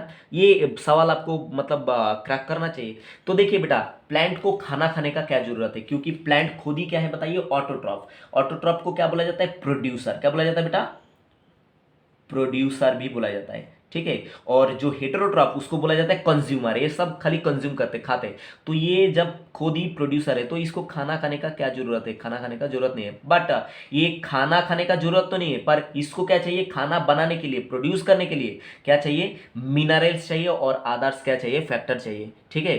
तो ये क्या है बताइए? ये सवाल का आंसर आपका यहां से क्रैक होना चाहिए कि डू प्लांट इट? तो आपका डायरेक्ट आंसर है ना, प्लांट खाना नहीं खाता, नो, ठीक है। पर खाना बनाने के लिए, फूड बनाने के लिए प्लांट को क्या करना पड़ेगा? सॉइल से मिनरल और अदर्स जो सब्सटेंस हो क्या करना पड़ेगा? इनटेक करना पड़ेगा। मिनरल्स, वाटर, ठीक है, सोडियम, पोटासियम, मैग्नीशियम, उसके बाद कॉपर, आयरन, ये सारा जो मिनरल्स है ये इनटेक करना पड़ेगा, तब जाके क्या होगा? खाना बनेगा। और एक सवाल इसके साथ साथ बोल देते कि डू माइक्रोब्स ईट? क्या जो माइक्रो ऑर्गेनिज्म है, ये मानो कि एमीबा है, उसके बाद और भी ऑर्गेनिज्म है, कुछ बैक्टीरिया है, क्या ये मतलब खाना खाते हैं? ऑब्वियसली ये जब भी खाना खाते हैं तभी ये क्या है? ये लोग क्या है बेटा बताइए? इनडायरेक्टली ये क्या है? कंज्यूमर है, ठीक है। तो ये तो खाना नहीं बना सकता, तो इसको ऑब्वियसली क्या है? खाना खाने का जरूरत है, ठीक है। तो ये एब्जॉर्ब करके बॉडी के थ्रू क्या करते? फूड लेते, और कभी डायरेक्ट फैगोसाइटोसिस करके, अगर एमीबा है तो फैगोसाइटोसिस करके ये अंदर फूड इंटेक करेगा। तो ये फूड क्या होगा? बाद में जब ऑक्सीजन इंटेक करेगा, और उसके अंदर जाके क्या होगा? ये फूड का ऑक्सीडेटिव ब्रेकडाउन होगा, और इलेक्ट्रॉन रिलीज होगा, और वो इलेक्ट्रॉन एक्सेप्ट करेगा कौन? ये जो ऑक्सीजन उसने लिया था, ये ऑक्सीजन वो इलेक्ट्रॉन एक्सेप्ट करेगा। तो इसका बॉडी ठीक ठाक मतलब सिग्निफिकेंटली क्या करेगा? काम करेगा। अब एक और सवाल है इसका regarding, why breathing is so essential for life? Life के लिए ब्रीदिंग करना क्यों जरूरी है? हम ऑक्सीजन क्यों ले रहा है? प्लांट ऑक्सीजन क्यों ले रहा है, ठीक है। तो इसका मतलब आपको मॉलिक्यूलर मैकेनिज्म समझना चाहिए बेटा, कि ये अपना सेल है, और सेल के अंदर क्या हुआ? ऑक्सीजन अल्टीमेटली डिलीवर हुआ। ऑक्सीजन क्यों डिलीवर हुआ? क्योंकि ये सेल के अंदर क्या हो रहा है? ये कार्बन कार्बन बॉन्ड के बीच में, जो कार्बन कार्बन बॉन्ड, ये जब ऑक्सीडेटिव ब्रेकडाउन हो रहा है तो यहाँ से रिलीज हो रहा है ऑक्सीजन, और एक बॉन्ड टूट रहा है, ठीक है। तो ये इलेक्ट्रॉन जब रिलीज हो रहा है बॉन्ड टूट के, एक्चुअली यहाँ पर मैंने गलत बता दिया, ये जो बॉन्ड है, ये बॉन्ड ऑक्सीडेटिव ब्रेकडाउन के थ्रू इलेक्ट्रॉन रिलीज होके बॉन्ड टूटा, तो ये इलेक्ट्रॉन आगे जाके अनवांटेड रिएक्शन ना कर दे, इसलिए क्या है? ये ऑक्सीजन जो अपने सांस के थ्रू लिया था, ये ऑक्सीजन इसको क्या कर देते? एक्सेप्ट कर देते, कूल डाउन कर देते। इसलिए मैंने बताया था ना कि oxygen is the champion powerful acceptor of actually electron, and oxygen is an oxidizing agent which accept electron। तो यही बात है, ठीक है। इसलिए हमको ब्रीथ करना जरूरी है। अगर ब्रीथ नहीं करते तो ऑक्सीजन इलेक्ट्रॉन को एक्सेप्ट नहीं करते, और इलेक्ट्रॉन कभी और अनप शनप इलेक्ट मतलब क्या करते, रिएक्शन करके, फुकट का अनवांटेड रिएक्शन करके बॉडी को पूरी तरह से स्पॉइल कर देता है, इसलिए ब्रीथ करना जरूरी है। ठीक है, दूसरा और एक क्वेश्चन आपका क्रैक हो जाना चाहिए कि what happen when we breathe. देखो ये तो मतलब ऑलरेडी क्रैक हो गया, जब हम ब्रीथ करते तो ये अंदर ऑक्सीजन जाके ये इलेक्ट्रॉन को एक्सेप्ट करते तो क्या होता है, ये सारा आइडिया आपका मतलब क्लियर रहना चाहिए, राइट। तो बेटा आगे देखते हैं कि और कुछ क्रीम स्टेटमेंट एनसीईआरटी का देख लेते हैं, राइट। अब एक और बात देखो, ये जो फोटोसिंथेसिस के थ्रू प्लांट ने ग्लूकोज बनाया, ग्लूकोज को बाद में क्या कर दिया, रीऑर्गेनाइज करके ये क्या कर दिया, मतलब बड़ा स्ट्रक्चर में कन्वर्ट कर दिया। ठीक है, बॉन्ड बॉन्ड बॉन्ड बॉन्ड बहुत सारा बॉन्ड जुड़ के ग्लूकोज के बीच में ये बना दिया स्टार्च। ठीक है, तो starch is actually the reserve food material for plant. ठीक है, स्टार्च क्या है, जब इसको धूप मिल रहा है प्लांट को तो बहुत सारा फूड इसने क्या कर दिया उस दिन प्रोडक्शन करके रख दिया। अब ये फूड को इसको जितना जरूरत है वो तो वो यूटिलाइज कर लेगा। ठीक है, बट जब इसको मतलब जो फूड एक्स्ट्रा इसने बनाया वो क्या करेगा, वो तो स्टोर करके रखेगा ना फ्यूचर यूज के लिए, तो ये स्टार्च के फॉर्म में क्या करता है प्लांट, ये स्टोर करता है। और एक मुद्दा का बात यहाँ पर देखो, मैंने बताया था कि डू प्लांट ईट, हाँ प्लांट डायरेक्टली ईट तो नहीं करता, पर क्या होता है जो ग्रीन पार्ट है प्लांट का वही क्या कर सकता है बताइए, फोटोसिंथेसिस कर सकता है। बाकी जो प्लांट का नॉन ग्रीन पार्ट है, ठीक है, बाकी जो प्लांट का नॉन ग्रीन पार्ट है वो तो फोटोसिंथेसिस नहीं कर सकता बेटा। तो क्या है, वो जो फूड उसने बनाया, ठीक है, this food is need to translocate to non photosynthetic area. ठीक है, वो एरिया में, नॉन फोटोसिंथेटिक एरिया में ये जो फूड प्लांट ने बनाया ग्रीन पार्ट, वो फूड ट्रांसपोर्ट होके जाना चाहिए, और वही फूड का क्या होता है बताइए, प्लांट के अंदर रेस्पिरेशन होता है। ठीक है बेटा, तो ये बात आप याद रखना। दूसरा यहाँ पर जो मुद्दा बताना बताना चाहा कि प्लांट के अंदर फूड कौन सा फॉर्म में स्टोर रहता है, ये एमसीक्यू आपको पूछता है, तो ये बोलेंगे आप किसके फॉर्म में बताइए, स्टार्च के फॉर्म में। But in animal extra food is store inside the liver and skeletal muscle as a form of glycogen. किसके फॉर्म में बेटा, ग्लाइकोजन के फॉर्म में क्या होता है, एनिमल में क्या होता है, फूड स्टोर रहता है स्केलेटल मसल एंड लिवर के अंदर, और प्लांट के अंदर स्टार्च के फॉर्म में। ठीक है, तो देखते बेटा आगे आपके लिए और कौन सा कॉन्सेप्ट वेट कर रहा है, राइट। तो बेटा ये टॉपिक का एक्चुअली रियलिटी क्या है बताइए, तो reality is that the process of breathing is very much connected to the process of releasing energy from food। ठीक है, ये जो ब्रीदिंग का प्रोसेस है it is very much related to the releasing of energy from food. Food molecule से जो energy release होना है, ठीक है, तो ये एनर्जी के साथ बहुत ज्यादा कनेक्टेड है, कौन बताइए, आपका ब्रीदिंग और respiration. And all the energy require for the life process is obtained by oxidation. किस तरह से, फूड से ऑक्सीडेशन होके ही ये एनर्जी रिलीज होता है ना बेटा, oxidation, right? All the energy required for life process is obtained by oxidation of some macromolecule। क्या ऑक्सीडेशन होके ये मतलब एनर्जी आ रहा है बताइए, oxidation of some macromolecule, macromolecule that is actually called food। this macromolecule is actually called what, food, right? Actually this macromolecule that is food are organic substance, right? ये जो food है ये क्या है बेटा, organic substance, TANC, organic substance, organic molecule which are oxidized during respiration and that is called respiratory substrate। ठीक है, ये जो organic substance that is food mean macromolecule, ये क्या हो रहा है during respiration, it is oxidize, and oxidization, ये जो फूड है ये एक्चुअली क्या बोलते हैं इसको, ये जो फूड ऑक्सीडाइज हो रहा है इसको बोलते हैं रेस्पिरेटोरी सबस्ट्रेट।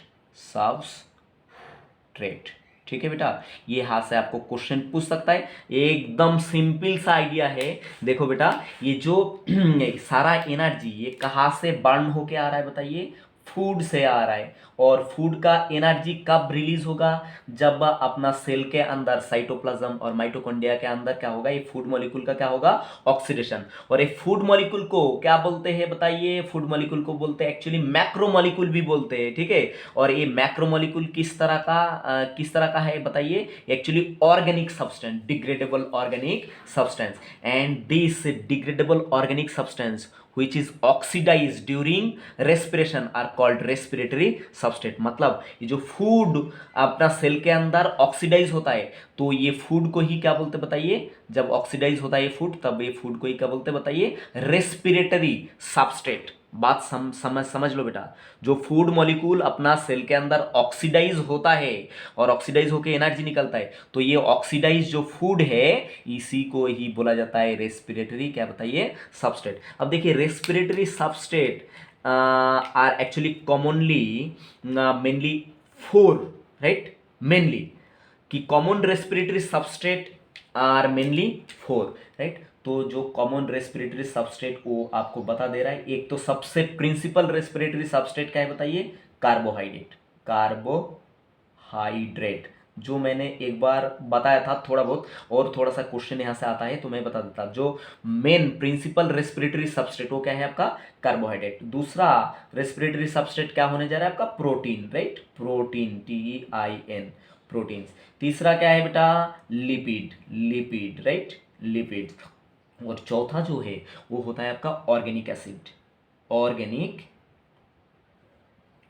Organic acids, acids. अब देखिए बेटा, ये जो कार्बोहाइड्रेट, मेन ए कार्बोहाइड्रेट ड्यूरिंग फोटोसिंथेसिस कौन बनाता है बेटा, प्लांट बनाता है, ठीक है। तो कार्बोहाइड्रेट आप जान चुके हैं कि प्लांट के अंदर स्टार्च के फॉर्म में क्या रहता है बताइए, स्टोर रहता है, STARCH। और एनिमल के अंदर किसके फॉर्म में रहता है, ग्लाइकोजन, ग्लाइकोजन, ग्लाइकोजन के फॉर्म में जमा रहता है। तो ये जब ग्लाइकोजन एंड स्टार्च जब ब्रेक डाउन होता है, तो इसका जो यूनिट है वो रिलीज होता है, उसका नाम है ग्लूकोज, ग्लूकोज, राइट। तो glucose actually the principal respiratory substrate for surviving और लिविंग सेल। बेटा ये बात बड़ा अच्छे से याद रखना, ठीक। और ग्लूकोज को क्या बोला जाता है, मोनोसैकेराइड भी बोला जाता है, ठीक है, monosaccharide. And it is actually hexose sugar, मतलब 6 कार्बन एटम से ग्लूकोज बनता है, इसलिए ग्लूकोज को क्या बोला जाता है, हेक्सोज सुगर, ठीक है। तो ये है आपका कार्बोहाइड्रेट रिगार्डिंग। दूसरा बात, प्रोटीन। प्रोटीन जब ब्रेक डाउन होता है, प्रोटीन को हम डायरेक्टली यूटिलाइज नहीं कर सकते, जैसे कि as a respiratory substrate carbohydrate को किस तरह से हम यूज किया, ये स्टार्च को हम डायरेक्टली यूज नहीं कर सकते, ग्लाइकोजन को भी डायरेक्टली यूज नहीं कर सकते। तो ये स्टार्च एंड ग्लाइकोजन जब टूटता है, ठीक है, मानो कि ये बड़ा लॉन्ग क्या है बताइए, ये स्टार्च है, स्टार्च, या तो मानो कि ग्लाइकोजन। तो ये स्टार्च एंड ग्लाइकोजन किससे बना हुआ है, ये जो गोला गोला दिख रहा है ये क्या है, ग्लूकोज, क्या है बेटा, ग्लूकोज, ठीक है। तो lots of glucose molecule link together to form starch and glycogen. तो जब बीच का ये जो बॉन्ड है, तो और एक बात बता देते हैं, ये जो बॉन्ड है स्टार्च के बीच में या ग्लाइकोजन के बीच में, इसको बोलते हैं ग्लाइकोसाइडिक बॉन्ड, ग्लाइकोसाइडिक बॉन्ड, ठीक है। तो ये ग्लाइकोसाइडिक बॉन्ड जब टूटते हैं तो क्या होता है, देखिए यहाँ पर ग्लूकोज मॉलिक्यूल फ्री हो रहा है, और यही सिंपल ग्लूकोज मॉलिक्यूल को क्या करता है बताइए, यही रेस्पिरेशन में यूज हो सकता है, ठीक है, डायरेक्ट स्टार्च कभी नहीं यूज होगा। तो यही क्या है बताइए, principal, glucose is principal respiratory substrate और principal fuel for cell, right. दूसरा, प्रोटीन को भी उस तरह से हम डायरेक्टली यूज नहीं कर सकते। तो the unit, smallest unit of protein is called amino acid. क्या बोलेंगे बेटा, एमिनो एसिड, ठीक है। तो ये एमिनो एसिड के रूप में प्रोटीन जब ब्रेक डाउन होकर एमिनो एसिड बना लेता है, तो एमिनो एसिड को सेल क्या कर सकता है, यूज कर सकता है। वो भी क्या है, डायरेक्टली एमिनो एसिड को यूज नहीं कर पाएगा। एमिनो एसिड का क्या हो जाएगा बताइए, एक एमिनो एसिड आपको दिखाना चाहिए, amino acid actually is made up of, एक एमिनो एसिड का स्ट्रक्चर यहाँ पर बनाते हैं, NH2CH, यहाँ पर एक एल्किल ग्रुप रहता है R एंड COO एच, ये एक बेसिक स्ट्रक्चर है एमिनो एसिड का, राइट। जहां पर एक एमिनो ग्रुप रहेगा, ये वाला ये हो गया एक एमिनो ग्रुप, ठीक है। और एक ग्रुप यहाँ पर रहेगा जिसका नाम है कार्बोक्सिल ग्रुप COOH, और यहाँ पर एक ग्रुप रहेगा जिसका नाम एल्किल ग्रुप, राइट। अब देखिए ये एमिनो एसिड सेल क्या कर सकते हैं, यूटिलाइज कर सकता है। तो ये जब इसका जब रेस्पिरेशन होता है सेल के अंदर, तो क्या होता है, ये एमिनो एसिड का डीएमिनेशन होता है। क्या होता है बेटा, एमिनो एसिड का होता है डीएमिनेशन, डी एमिनेशन, ठीक है। डीएमिनेशन मतलब क्या है, simply removing of this amino group from amino acid. ये एमिनो ग्रुप अगर रिलीज होता है तो ये आगे जाके एक सेल के अंदर एक खतरनाक बाई प्रोडक्ट बनाता है जिसका नाम एमोनिया, NH3। क्या बनाता है बेटा, यहां से बनाता है ये NH3 जिसका नाम क्या है, एमोनिया, एमोनिया, ठीक है। Ammonia is really really harmful for sale. तो ये एमोनिया क्या होता है, ये प्लांट या तो मतलब जो एनिमल है क्या करता है, बॉडी से रिमूव कर देता है as a excretory material, right. तो यहाँ पर देखिए एमोनिया को जब रिमूव करा by the process of deamination amino acid से, तो यहाँ से ये जो पार्ट हो रहा है ये आगे जाके एक्चुअली बनाता है, क्या बताइए, ऑर्गेनिक एसिड। क्या बनाता है बेटा, ऑर्गेनिक एसिड, ठीक है। Different different amino acid different different organic acid बनाता है, जो मैंने यहां पर क्या किया बताइए, मेंशन किया। और organic acid is actually responsible for many many biological response and many many biological work inside the cell, growth, repair and synthesis of other organic product inside cell, इसके लिए रेस्पॉन्सिबल होता है। दूसरा सबस्ट्रेट क्या है बेटा, तीसरा सबस्ट्रेट ये होता है आपका लिपिड, ठीक है। तो लिपिड को भी सेल क्या कर सकता है, directly respiratory substrate as a directly respiratory substrate के रूप में यूज नहीं कर सकते। तो लिपिड को बाद में कन्वर्ट कर दिया जा सकता है किसमें, होता है glycerol, glycerol and fatty acid में, फैटी एसिड, ठीक है। तो ग्लिसरॉल तो डायरेक्ट यूज हो जाता है और फैटी एसिड को बाद में और एक इंटरमीडिएट प्रोडक्ट में बदल दिया जाता है, ठीक है। और एक फैटी एसिड जो इंटरमीडिएट प्रोडक्ट में बदलता है इसका नाम है acetyl CoA, SCTYL, acetyl CoA, ठीक है। तो ये एसिटाइल कोए जो इंटरमीडिएट प्रोडक्ट है जो लिपिड से बना, ये क्या होता है बताइए, यूज होता है एज ए रेस्पिरेटरी सबस्ट्रेट। और डायरेक्टली लिपिड से जो ग्लिसरॉल बना, ठीक है, यहाँ से भी क्या होता है, ये भी direct respiratory as a respiratory substrate ये यूज हो सकता है, ठीक है। मानिए यहाँ पर थोड़ा सा और मतलब इसमें दिखा देते, मानिए कि ये एक लिपिड मॉलिक्यूल, ठीक है, ये एक लिपिड मॉलिक्यूल। तो लिपिड मॉलिक्यूल का दो पार्ट है, ठीक। लिपिड मॉलिक्यूल का एक लिपिड मॉलिक्यूल यहाँ पर ड्रॉ किया, लिपिड मॉलिक्यूल का दो पार्ट है। ये जो बॉल शेपेड गोला स्ट्रक्चर देखा रहा है, इसका नाम एक्चुअली ग्लिसरॉल, क्या है बताइए, ग्लिसरॉल, ठीक है। और ग्लिसरॉल को एक्चुअली हेड बोलते हैं, HEAD, ग्लिसरॉल हेड। और यहाँ पर देखिए टेल है, ये टेल को क्या बोलते हैं, फैटी एसिड टेल, ठीक है। तो ये क्या होता है, ये जब टूट जाता है, यहाँ पर जब टूट देता है, ये डायरेक्ट अगर ऐसे जुड़ा रहेगा तो ये लिपिड को cell respiratory substrate as a respiratory substrate use नहीं कर सकता। तो ये जब यहाँ पर ब्रेक डाउन हो जाता है तो देखिए ग्लिसरॉल अलग हो गया और फैटी एसिड चेन अलग हो गया। तो ग्लिसरॉल को तो directly as a respiratory substrate cell use कर लेता है और एनर्जी रिलीज होता है। बाद में क्या होता है, ये फैटी एसिड को किस में कन्वर्ट कर दिया जाता है बताइए, एसिटाइल कोए में कन्वर्ट कर देता है। तो ये भी रेस्पिरेटरी सबस्ट्रेट यूज होता है। और ऑर्गेनिक एसिड के बारे में आपको ऑलरेडी बता दिया कि एमिनो एसिड का डीएमिनेशन होके एमोनिया बाई प्रोडक्ट रिलीज होता है और एक प्रोडक्ट रिलीज होता है जिसका नाम ऑर्गेनिक एसिड। ये बहुत सारा फंक्शन क्या करता है सेल के अंदर कराता है, ठीक है। तो बेटा ये बात आपको मतलब ध्यान रखना चाहिए। और कुछ इंफॉर्मेशन यहाँ पर आपको मतलब और अपडेट कर देता हूँ, राइट। अब देखिए बेटा ये जो इन्फॉर्मेशन है ऑलरेडी आपको ये इन्फॉर्मेशन एक बार मैं बताया, फिर भी आप कुछ और मिस ना हो जाए इसलिए मैं ये कुछ इन्फॉर्मेशन और आपको अपडेट करना चाहूँगा। ये प्लांट है, ठीक, और ये हो गया इसका सॉइल सरफेस। तो beneath below the soil surface there is this system is called root system and above the soil surface there is this system is called shoot system, right, shoot system. तो क्या है बेटा यहाँ पर ये जो green plant है ना, only green plant and cyanobacteria, already I mentioned, only green plant and cyanobacteria can prepare their own food by the process of photosynthesis. That's why these green plant are called auto, TROPH, autotroph or producer, right? And rather than this green plant and cyanobacteria, all organism are comes under the heterotroph, right?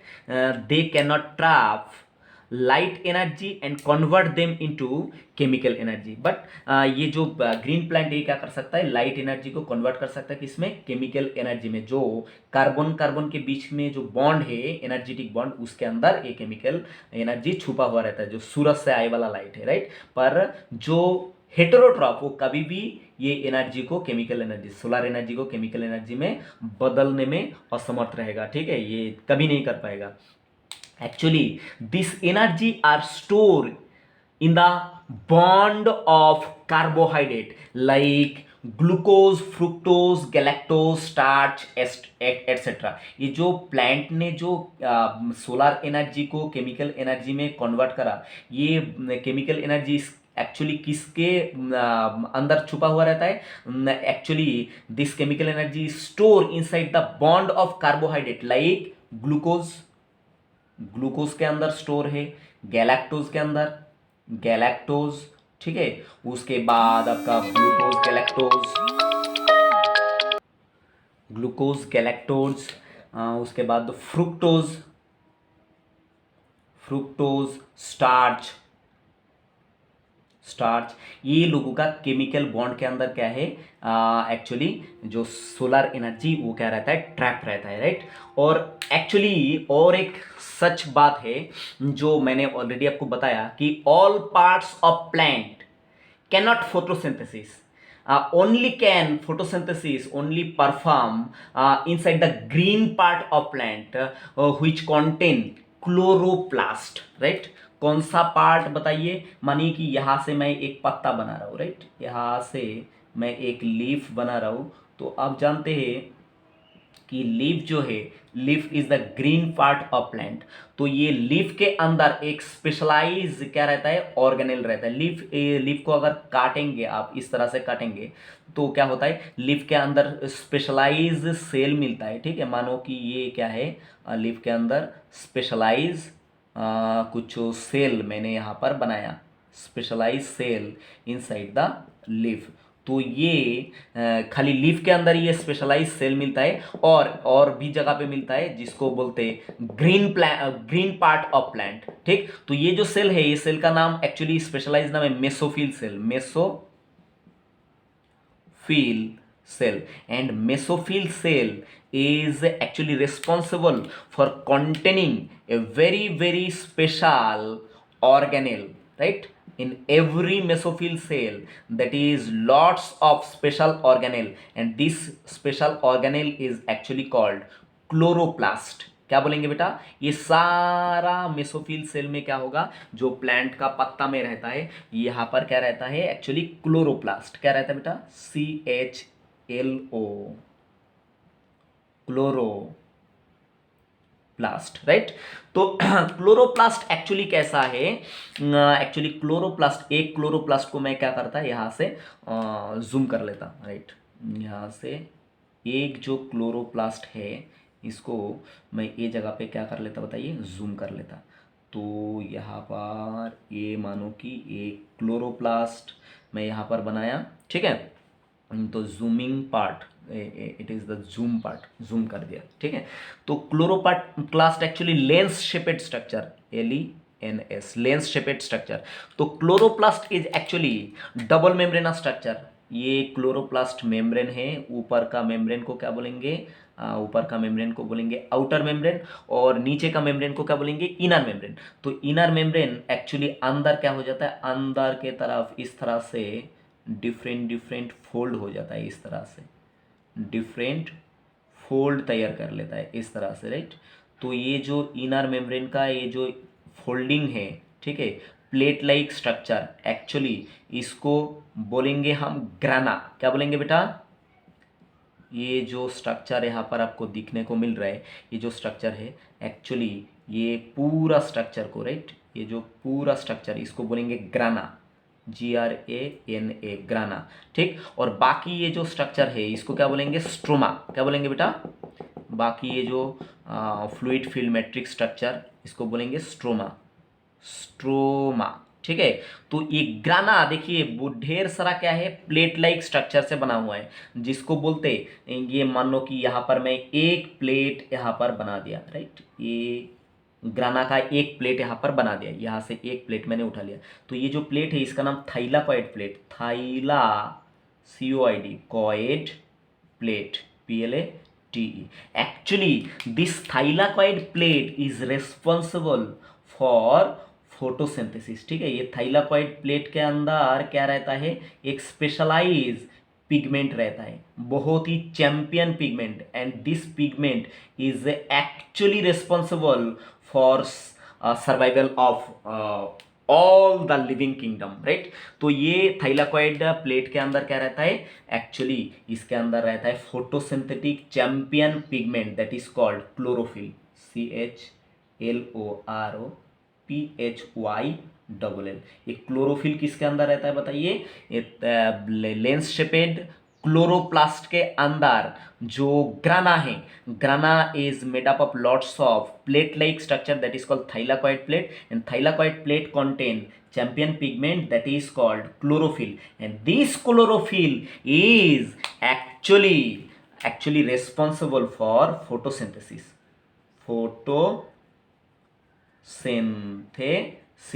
and the result of photosynthesis is leads to production of glucose, और glucose को बाद में convert कर सकते हैं galactose, fructose, and glucose जुड़ जुड़ के क्या बन सकता है, स्टार्च बन सकता है, ठीक है। तो ये जो फूड बनाने का कायदा है, ठीक है, प्रोसेस है, ये कहाँ पर हो सकता है, only in the green part of plant,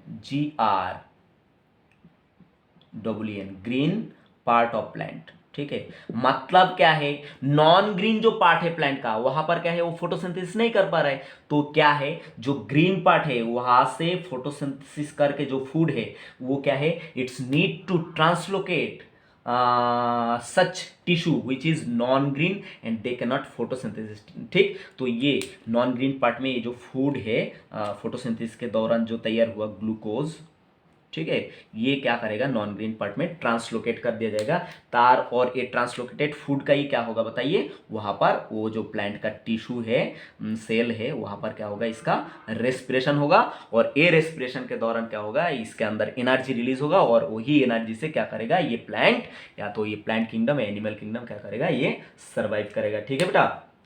तो ये बात है। और दूसरा देखिए तो ये हो गया, तो कौन आपका प्लांट जो है ये हो गया आपका एक्चुअली ऑटोट्रॉफ या तो प्रोड्यूसर। अब rather than plant and cyanobacteria all others organism are comes under what, actually heterotroph. तो हेटेरोट्रॉफ के बारे में थोड़ा सा और जानकारी दे देते हैं, जस्ट धीरज रखिए। उससे पहले क्या है बेटा आपको ये बहुत अच्छे से क्लियर रखना पड़ेगा, ये जो ग्रीन पार्ट है वहाँ से नॉन ग्रीन पार्ट में, non green tissue of plant जो है वहाँ पर क्या हुआ, ये ग्लूकोज को, ये फूड को क्या किया गया, ट्रांसलोकेट किया गया, और वो जगह पे क्या हो रहा है, इसका रेस्पिरेशन, क्या हो रहा है बेटा, रेस्पिरेशन, ठीक है।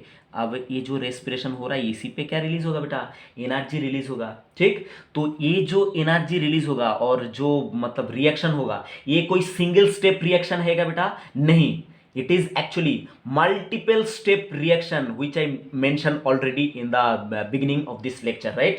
तो ये multiple step reaction क्या करेगा बताइए, it is strictly controlled by enzyme, right. तो ये हर एक स्टेप जो है रेस्पिरेशन का, ये क्या है, एंजाइमेटिकली कंट्रोल, और इसके वजह से क्या होगा बताइए, एटीपी प्रोडक्शन होगा, and by the using of this ATP all the biological system and biological world is running, as well as growth, reproduction, and transportation of food, and other such activity which is occur inside the living cell. This all activity is actually takes place with the using the energy of which is released during the respiration, right? अब ये तो हो गया autotroph के बारे में, पर हेटेरोट्रॉप के बारे में दो चार इंफॉर्मेशन, बस एक मिनट और रुक जाओ, दो चार इंफॉर्मेशन और बता देते हैं आपको। देखिए बेटा, तो ये हेटेरोट्रॉप किसको बोला गया? Who can not synthesis their own food, that's mean they are depend on other organism, that is directly depend और इनडायरेक्टली डिपेंड ऑन प्लांट। ठीक है, हेटेरोट्रॉफ डायरेक्टली और इनडायरेक्टली डिपेंड होगा किसके ऊपर? प्लांट के ऊपर। अगर डायरेक्टली डिपेंड हुआ तो उसको क्या बोलेंगे? हार्बीवोरस। हार्बीवोरस, हार्बीवोरस या तो हार्बीवोर। और अगर इनडायरेक्टली डिपेंड हुआ तो उसको बोलेंगे कार्निवोरस या कार्निवोर। कार्निवोरस या तो कार्निवोर। अब देखिए, ये जो हार्बीवोरस से क्या करेगा? डायरेक्टली डिपेंड होगा, मतलब ये डायरेक्टली प्लांट को ही खा जाएगा। और कार्निवोरस क्या करेगा? प्लांट को खाने वाला जो ऑर्गेनिज्म, मतलब एनिमल को खा जाएगा, तो इसको कार्निवोरस बोलेंगे, फ्लेश ईटर एक्चुअली। ठीक है। और जो लोग क्या करेगा, ये मतलब फ्लेश भी खाएगा, मीन मीट, एनिमल मीट भी खाएगा, और ये मतलब प्लांट मटेरियल भी खाएगा, तो उसको क्या बोलेंगे? Omnivorous. Omni, VOROUS, omnivorous, right? और omnivore mean they, omnivorous animal और omnivorous organism can eat everything, everything, right? और ओमनीवोरस, दूसरा और भी कुछ टर्मिनोलॉजी है जो एग्जाम में पूछा जाता है। कुछ हार्बीवोरस ऐसा होता है, कुछ लोग ऐसा होता है जो खाली सीड खाता है, तो उसको बोलते हैं granivorous. GRAINI, grani, VOROUS, granivorous only eat seed. ठीक है, सीड ईटर। और दूसरा बात, कुछ ऐसा भी एनिमल है जो क्या करता है?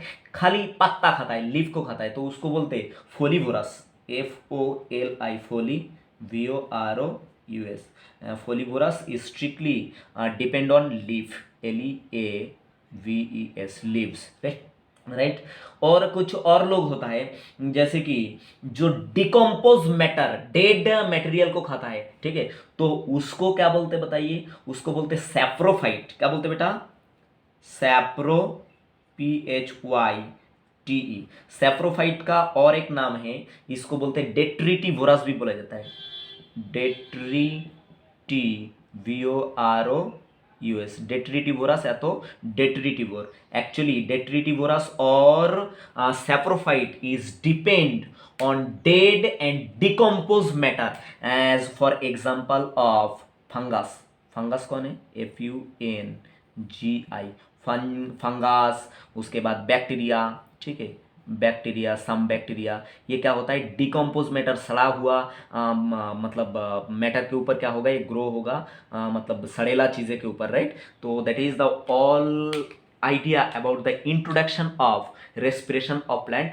नेक्स्ट हम देखेंगे कि किस तरह से रेस्पिरेशन एक्चुअली मॉलिकुलर लेवल पे, किस तरह से रेस्पिरेशन प्लांट के अंदर होता है। I hope you enjoy lot, and all idea regarding this respiration of plant is clear to you. Thank you for watching. Like, comment, share and subscribe if you are new in this channel for supporting Bala Valley Result. Bye बच्चों।